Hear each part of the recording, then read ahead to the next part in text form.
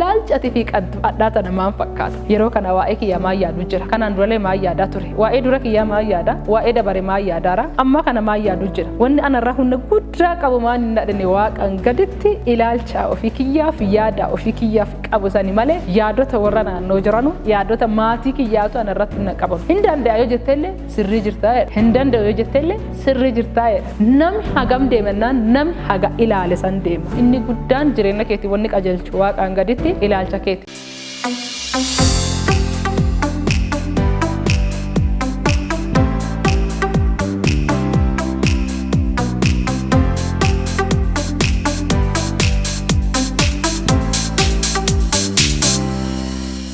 Yooya akkam jirtani nageenyi waaqayyo bakka jirtanutti hunda keessaniif isiniif haa ta'u an obboleettiin teessanii seenee birbissaa adhallee kun bifa haaraatti isin bira dhufeera kanaan dura akkuma beektanu chaayinaalii biraatiin wantoota tokko barumsa tokko isiniif dhiyeessaa ture inni suni akkamiin dhaqqaba yaada jedhulee na dhiyeessaa turtanii ani lammoo yaada isaa itti yaadaalee waan tureef adha waaqina gargaaree innaani isin bira dhufeera barumsa ammaa achi barannu keessa waa'ee sammuu keenya irratti akkaataa hojjetu qabnu dandeettiif keessa qabnu akkaataa baasuu qabnu akkuma kanammoo ofii keenya irratti akkam hojjechuu akka qabnu namoota dhaloota biraa irratti akkam akka hojjechuu qabnu dandeettii keenya irratti akkam fookisii irra kennu akka qabnu kana kan fakkaate isiniif dhiyeessisaaf dhiyaadheera chaayinaalii kana like subscribe akkuma kana immoo koomentii godhisaa yaada tokkoon cinaa akkasiin na bira ejjattanu isin gaafadha turtii gaarii.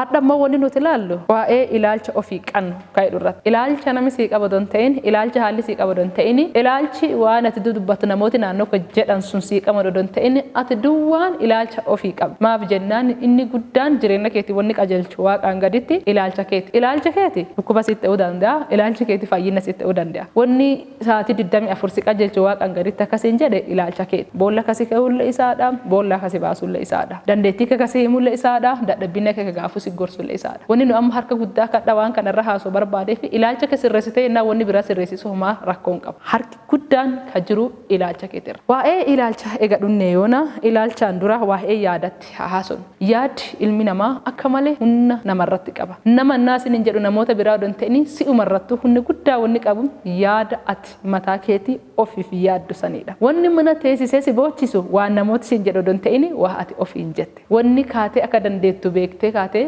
addunyaarra deemu malee jettee haasoftu si gochisiise yaada ati ofii yaaddesanii malee yaada namooti si yaadanee miti. Egaa akkana teete yaada jalqannee haasofne ammaa tana maa yaaduu jirta waa'ee biyyittii siin hin jenne waa'ee nama naannoo kee jiru siin hin jenne waa'ee maatii keetillee siin hin jenne waa'ee waa hojjetaa jirtullee siin hin jenne waa'ee ifii keetii waa'ee mataa keetii yeroo kana maa yaaduu jirta maqaa keetii galchimee gaaffii kana naa deebis fakkeenya ani hin seenee birbisaati yeroo kana waa'ee kiyya maa yaaduu jira kanaan duralee maa yaadaa ture waa'ee dura kiyya maa yaada waa'ee dabare maa yaadaara amma kana maa yaaduu jira wanni anarraa hunda guddaa qabu maan hin dhadhine waaqan gaditti ilaalcha ofii kiyyaaf yaada ofii kiyyaaf qabu sani malee yaadota warra naannoo jiranu yaadota maatii kiyyaatu anarratti hin qaban hundi guddaa eessa jiran naani ilaalcha an ofii kiyyaa qabu sanidha namni hagam deemannaan namni haga ilaale san deema daangaa eessa jira innaa addunyaa kanar osoo hin ta'ini mataa nuti of keessa kenna hagam dandeettedhanii nasi gaafatanu haga kanannaa itti haguma san silaati saniin caala deemuu hin dandeetta garuu haga hin danda'u haga san jettee yoo mataa keerramtu murteessite hagati dandeettullee haga san dadhabbinni hin jiru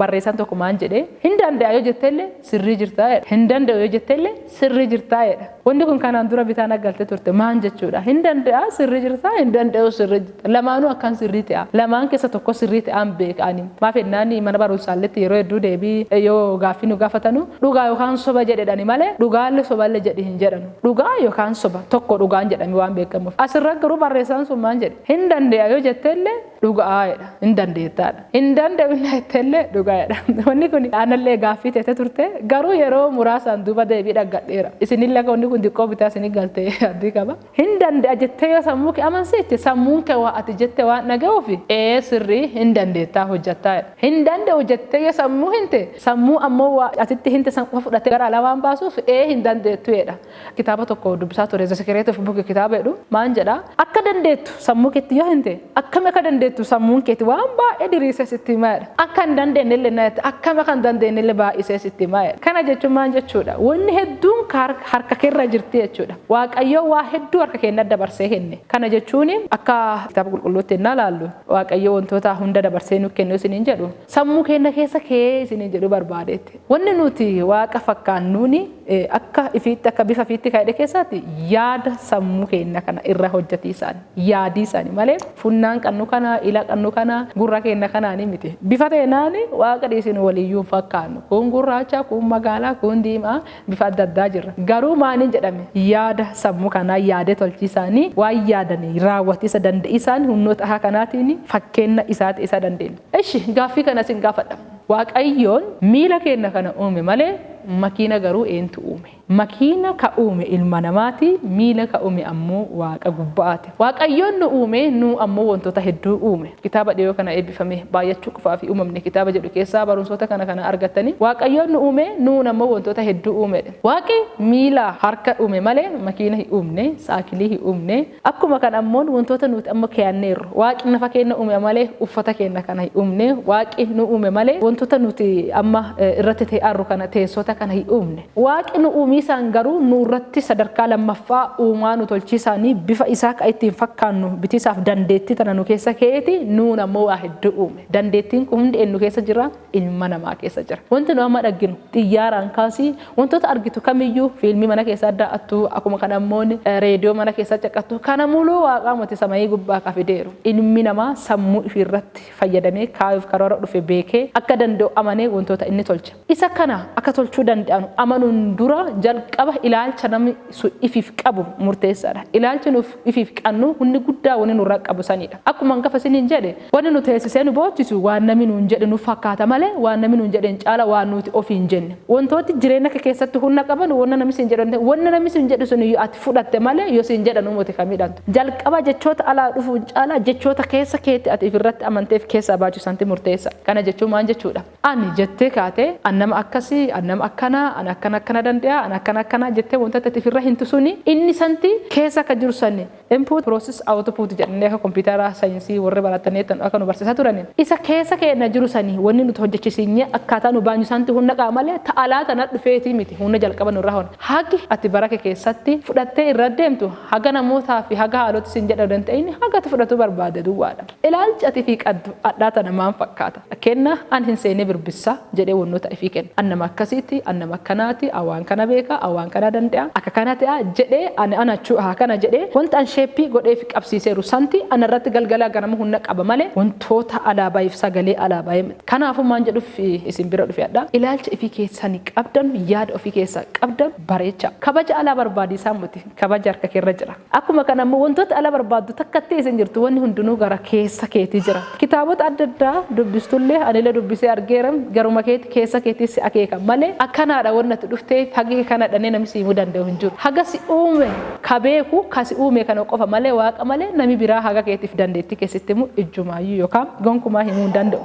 Kanaafuu ilaalchi ati adda ifiif qaddu maani jedhee si gaafadha. Ati ilaalchi mataa keetiif qaddu maan fakkaata? Ka namoota achi keessa hin jedheera, ka biyyaalli achi keessa hin jedheera, ka maatilli achi keessa hin jedheera, ka ati ifii keetii qaddu. Wanni humna guddaa qabu akkuma siin jedhee ilaalchi ati ifii keetii qaddu malee ilaalcha namootaaf biyyi sirra qaddu miti. Ebelumaan naan jedhamuti atuma ifiin jetta. Ebelummaa waan dhibba siin jedha. Sababi isaa maanidha? Waa isa fakkaatee haasoo. Adda yoo akka biraa fakkaatte akkasan siin jedha. Barii akkasan na fakkaatte akkasan siin jedha. Namni baasee wanni siin jedhu waa ati fakkaatte akkatti fakkaata haasaa malee akka sirrii ka jiru si keessa. Isa si keessa jiru ammoo baasii isaanii irraa hojjetuu ka dandeettu si'iifi si qofa. Ilaalchi ofii qaddu sirreessi. Gadi aantummaan sammuu keessa jirti malee lafa kanarraa miti. Dadhabbinni sammuu keessa jira malee lafa kanarraa miti. Wallaalummaan sammuu keessa jirti malee lafa kanarraa miti. Adda biraarraa miti. Dandeettiillee sammuu keessa jirti malee lafa kanarraa miti. Ilaalchi ofii qaddu gaafa sirreessite wanna biraa sirreessisu waan tokko sirrakkisu. Beekaan tokko akkana jedhe addunyaa jijjiirisaan dura wanni akka malee nama ulfaatu sammuu fi ilaalchi ofii qaddu san jijjiirisaadha. Isa san jijjiirraa addunyaan jijjiirisi salphaadha jedhe. Akkuma kanatillee isa waan hin jijjiira jettee herreedu san jijjiirisa jijjiiriisaan dura ilaalcha ofii keetii qabdu dursa jijjiirisa. Waan tokko gaafa jijjiiruu barbaadde ilaalcha qofa jijjiira. Ilaalchi eessaan jijjiirama? Ilaalchi wanni jedhamu kun qabatiisaan dura yaada waan jedhu santi yaadattuu gara ilaalchaa jijjiirama. Kanaafuu ilaalcha jijjiiriisaan dura yaada kee jijjiiradhu. Ka yaada fi jijjiiran reeffa qofa jedhaan jiranu ati dhawaan lubbuun jirtuu fi ilaalcha mataa keetii qabdu jijjiira. Ilaalchi jijjiiriisaan dura maanta jijjiirama jedhee yaada santi jijjiirama. Kanaafuu yaada keetii mataa ofii qabdu, yaada keetii jireenya keetiif qabdu, yaada barumsa keetiif qabdu, yaada ilaalcha fuuldura keetii qabdu hunda isaanii jijjiirisaanii ilaalcha haaraa ofirratti jaarii isaanii nama haaraa teetee dhiyaatti isaaf yaadii qabdu hunda tolchi. Turtii gaarii akka qabaanne abdii qaba. Yaada qabdanuu fi wantoota garaagaraa natti dhiyeessuu warri barbaaddanuu karaa ittiin na dhiyeessitanuu jala kana koomintiidhaan akka na ibsitanuu isin gaafadhaa. Waan na dhageeffattaniif ammoo galatoomaa. Turtii gaarii.